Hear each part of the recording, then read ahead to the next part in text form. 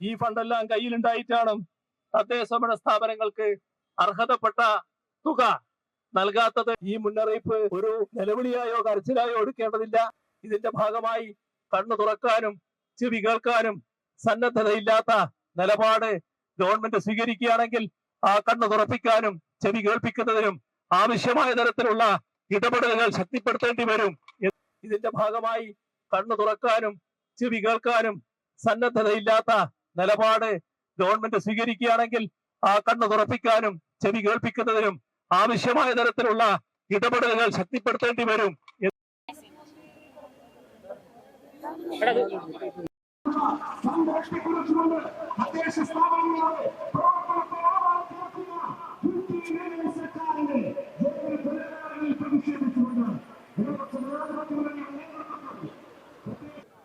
കഴിഞ്ഞ 10 വർഷക്കാലമായിട്ട് ഇടതുപക്ഷ ജനാധിപത്യ മുന്നണിയുടെ ഭരണത്തിന് കീഴിൽ വളരെ ഫലപ്രദമായ രീതിയിൽ അധികാര വികേന്ദ്രീകരണം, പിന്നീട് ഒരു ഘട്ടത്തിൽ നിങ്ങൾക്കെല്ലാം അറിയുന്നത് പോലെ ജനകീയ ആസൂത്രണ പ്രസ്ഥാനം, ഇങ്ങനെ നിരവധിയായ മേഖലകളിലൂടെ അധികാരം ജനങ്ങളിലേക്ക് എത്തിക്കാനും അധികാര വികേന്ദ്രീകരണ പ്രസ്ഥാനത്തിന്റെ ഭാഗമായിട്ടുള്ള പ്രവർത്തനങ്ങൾക്ക് നല്ലതുപോലെ ഫണ്ട് അനുവദിക്കാനും ഒക്കെ തീരുമാനിച്ച പശ്ചാത്തലത്തിലാണ് ഞാൻ നേരത്തെ പറഞ്ഞതുപോലെ പ്രാദേശിക ഗവൺമെന്റ് എന്ന നിലയിൽ നമ്മുടെ പഞ്ചായത്ത്, മുനിസിപ്പാലിറ്റിയും കോർപ്പറേഷനും എല്ലാം മാറിയത്.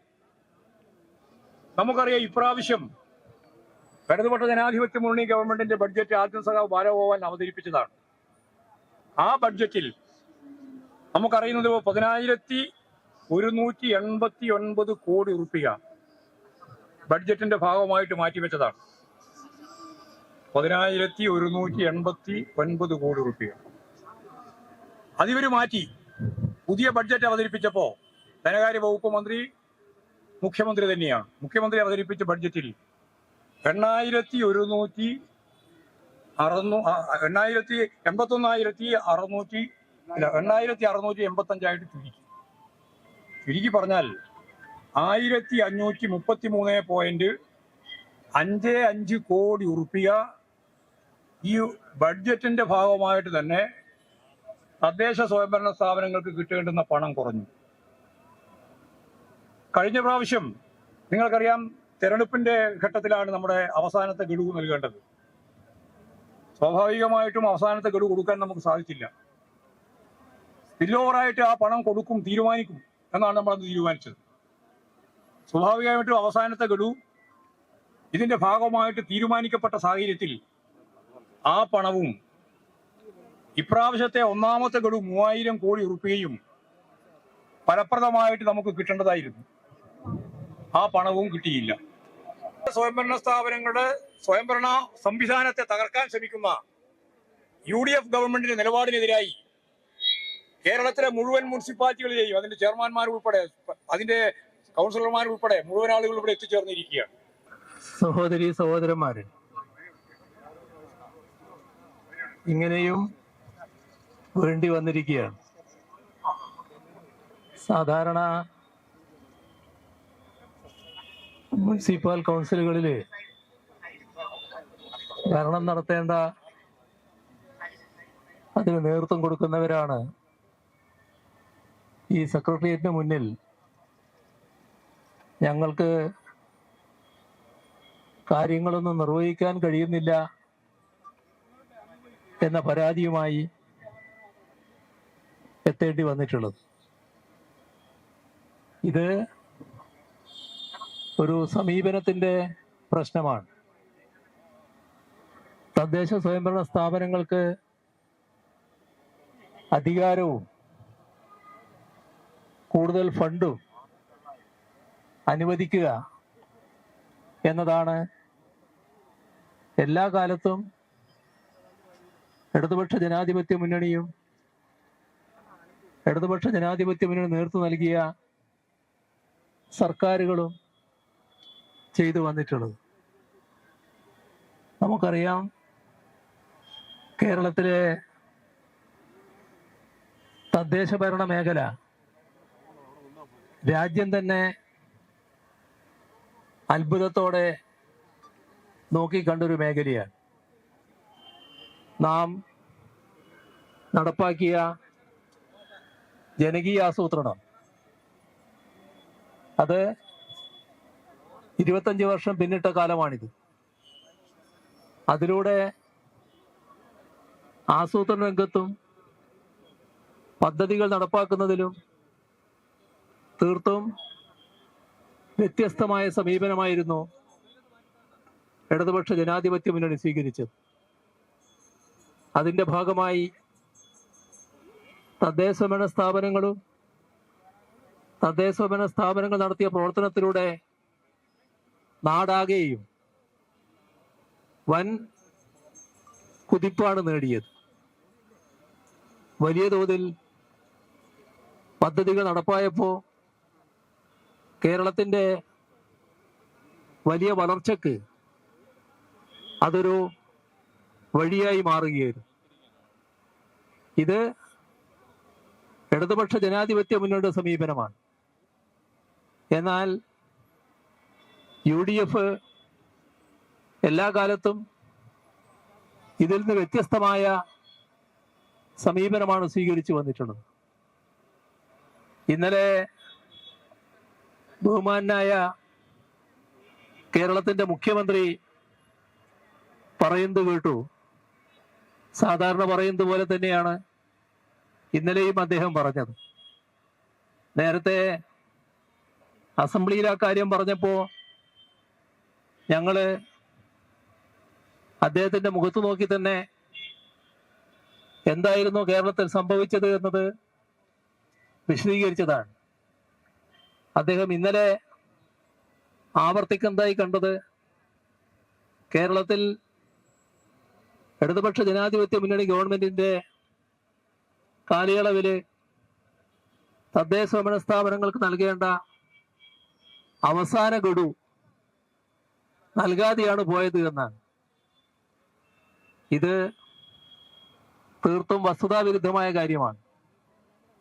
പക്ഷേ മുഖ്യമന്ത്രിക്കുള്ള ഒരു പ്രത്യേകത വസ്തുതാവിരുദ്ധമായ കാര്യങ്ങൾ ആവർത്തിച്ച് പറഞ്ഞുകൊണ്ടിരിക്കുമെന്നുള്ളതാണ്. അതിനെ ഒരു തരത്തിലുള്ള ജാള്യതയും അദ്ദേഹത്തിന് കാണുന്നില്ല. താൻ വഹിക്കുന്ന സ്ഥാനത്തിന്റെ പ്രത്യേകത മറന്നുകൊണ്ടാണ് വസ്തുതാവിരുദ്ധമായ കാര്യങ്ങൾ അദ്ദേഹം അവതരിപ്പിച്ചുകൊണ്ടിരിക്കുന്നത്. എന്താണ് വസ്തുത? തെരഞ്ഞെടുപ്പ് പ്രഖ്യാപിക്കപ്പെട്ടു. LDF സർക്കാർ തദ്ദേശഭരണ സ്ഥാപനങ്ങൾക്ക് നൽകേണ്ട വിഹിതം ശരിയായ രീതിയിൽ തന്നെ നൽകുന്നതിന് തീരുമാനിച്ചു. അപ്പോഴാണ് തെരഞ്ഞെടുപ്പ് പ്രഖ്യാപിക്കപ്പെട്ടതിന്റെ ഭാഗമായുള്ള കോഡ് ഓഫ് കോണ്ടക്റ്റിന്റെ പ്രശ്നം വരുന്നത്. അപ്പോ തെരഞ്ഞെടുപ്പ് കമ്മീഷന്റെ അനുമതി വേണം എന്ന നില വന്നു. ഒരു പുതിയ കാര്യമല്ല. പുതുതായി ഏതെങ്കിലും തരത്തിൽ ആനുകൂല്യം നൽകുന്നതല്ല. തീർത്തും ഭരണപരമായ നടപടികളാണ്. കേന്ദ്രം സംസ്ഥാനത്ത് നൽകേണ്ട തുക, സംസ്ഥാനം കേന്ദ്രത്തിന് നൽകേണ്ട തുക, ഇതെല്ലാം അതിൻ്റെതായ വഴിക്ക് നൽകുന്നതിന് തെരഞ്ഞെടുപ്പ് തടസ്സമായി നിൽക്കേണ്ട കാര്യമില്ല. പക്ഷേ തെരഞ്ഞെടുപ്പ് കമ്മീഷന്റെ ചുമതലപ്പെട്ടവര് ഈ ഘട്ടത്തിൽ അത് നടപ്പാക്കാൻ പറ്റില്ല എന്ന് പറഞ്ഞു. അപ്പോ അത് തടയുന്ന സ്ഥിതി വന്നു. LDF സർക്കാർ കാശുണ്ട്, കാശ് മാറ്റി വെച്ചിരിക്കുന്നു, അത് തദ്ദേശഭരണ സ്ഥാപനങ്ങൾക്ക് നൽകാൻ തീരുമാനിച്ചിരിക്കുന്നു. ഇപ്പൊ പറ്റില്ല എന്ന നിലപാട് തെരഞ്ഞെടുപ്പ് കമ്മീഷൻ സ്വീകരിച്ചു. എന്നാൽ സാധാരണ നിലയിൽ അത്തരത്തിൽ ഒരു ഗഡു കൊടുക്കാതിരുന്നാൽ അത് സർക്കാർ തന്നെ കയ്യിൽ വെക്കുക എന്ന നിലയല്ല സ്വീകരിക്കേണ്ടത്. LDF സർക്കാർ ഒരു ഘട്ടത്തിലും അത്തരമൊരു നിലപാട് സ്വീകരിച്ചിട്ടില്ല. നേരത്തെ LDF സർക്കാർ കൃത്യമായി തന്നെ ഉത്തരവുകൾ ഇറക്കിയിട്ടുണ്ട്. ഈ കാലയളവിൽ കൊടുക്കാൻ കഴിയാത്ത തുക അടുത്ത ഘട്ടത്തിൽ കൊടുക്കുന്നതിന്, സ്പിൽ ഓവർ നിർവഹിക്കുന്നതിന് ഒരു തടസ്സവുമില്ല എന്ന ഉത്തരവ് തന്നെയുണ്ട്. എല്ലാ കാലത്തും അത്തരത്തിൽ കാര്യങ്ങൾ നിർവഹിക്കുന്ന നിലപാടാണ് സ്വീകരിച്ചു വന്നിട്ടുള്ളത്. എന്നാൽ കഴിഞ്ഞ തെരഞ്ഞെടുപ്പിൽ LDF പരാജയപ്പെടുകയും UDF അധികാരത്തിൽ വരികയും ചെയ്തപ്പോൾ സാധാരണ നിലക്ക് സ്വീകരിക്കേണ്ട ഈ സമ്പ്രദായം UDF സർക്കാർ ഉപേക്ഷിക്കുന്ന കാഴ്ചയാണ് കണ്ടത്. അവര് ആ പണം നൽകാത്ത അവസ്ഥയുണ്ടായി. ഒരു ന്യായീകരണവും അതിനില്ല. അസംബ്ലിയില് ആ കാര്യങ്ങളെല്ലാം വ്യക്തമാക്കിയതാണ്.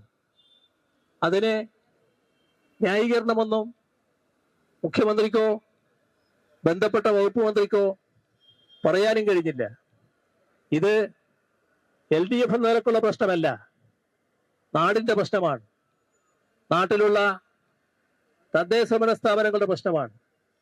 തദ്ദേശഭരണ സ്ഥാപനങ്ങളുടെ പ്രശ്നം എന്ന് പറയുമ്പോൾ തദ്ദേശഭരണ സ്ഥാപനങ്ങൾ മുഖേന നടപ്പാക്കുന്ന വിവിധ പദ്ധതികളുടെ നടത്തിപ്പുമായി ബന്ധപ്പെട്ട കാര്യമാണ്.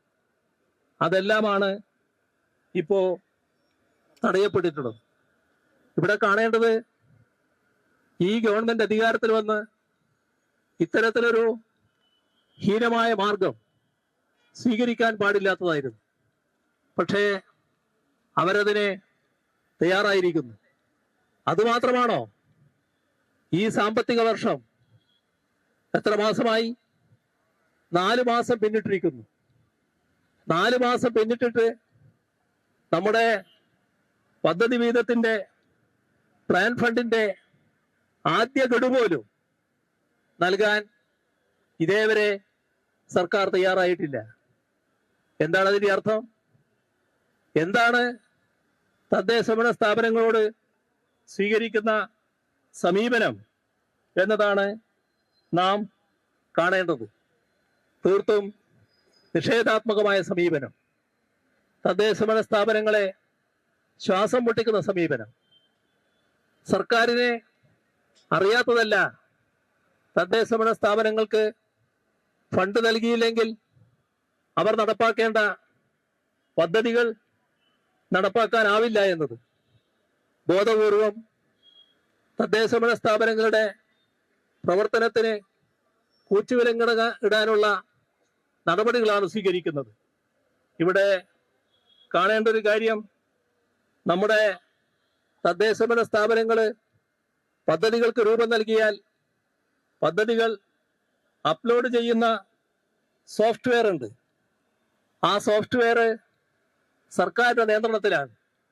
അത് തുറന്നു കൊടുത്താൽ മാത്രമേ അത് അപ്ലോഡ് ചെയ്യാൻ സാധിക്കുകയുള്ളൂ. പക്ഷേ ഇപ്പോ ആ സോഫ്റ്റ്വെയർ ശരിയായ രീതിയിൽ തുറന്നു കൊടുക്കുന്നില്ല. എന്താ പ്രശ്നം? ഈ മാസം 31, ഇനി അധികം ദിവസമില്ലല്ലോ, നാളെ കൊണ്ടായല്ലോ.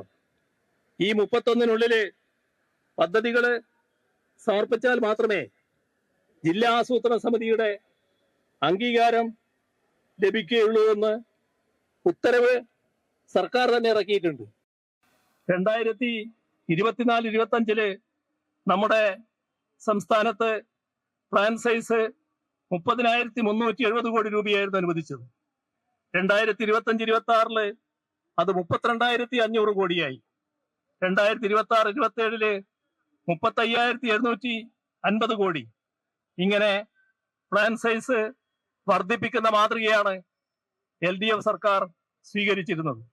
മാത്രമല്ല, കഴിഞ്ഞ LDF സർക്കാരിന്റെ ഇടപെടലുകൾ വഴി 16-ാം ധനകാര്യ കമ്മീഷൻ നികുതി വിഹിതം വർദ്ധിപ്പിക്കുന്ന നിലയുണ്ടാക്കിയിട്ടുണ്ട്.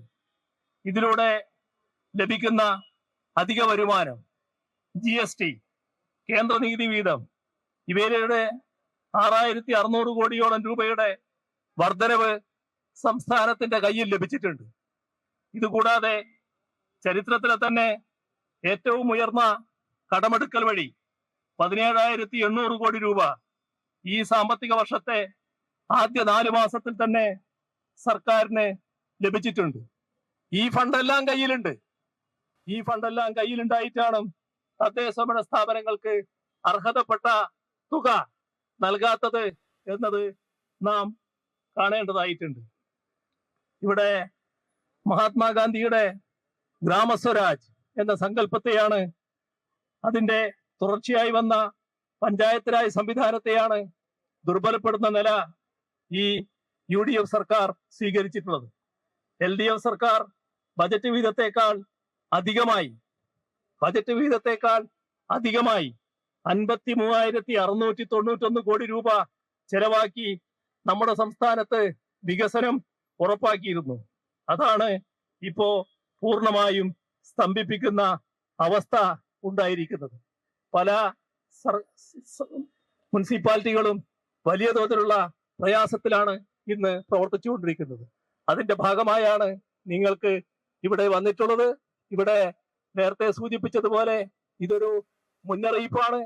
ഈ മുന്നറിയിപ്പ് ഒരു നിലവിളിയായോ കരച്ചിലായോ എടുക്കേണ്ടതില്ല. ഇവിടെ ആവശ്യങ്ങൾ, അർഹതപ്പെട്ട കാര്യങ്ങൾ നേടിയെടുക്കുന്നതിനുള്ള ശക്തമായ ഒരു മുന്നേറ്റമാണ്. ഇതിന്റെ ഭാഗമായി കണ്ണു തുറക്കാനും ചെവി കേൾക്കാനും സന്നദ്ധതയില്ലാത്ത നിലപാട് ഗവൺമെന്റ് സ്വീകരിക്കുകയാണെങ്കിൽ ആ കണ്ണു തുറപ്പിക്കാനും ചെവി കേൾപ്പിക്കുന്നതിനും ആവശ്യമായ തരത്തിലുള്ള ഇടപെടലുകൾ ശക്തിപ്പെടുത്തേണ്ടി വരും.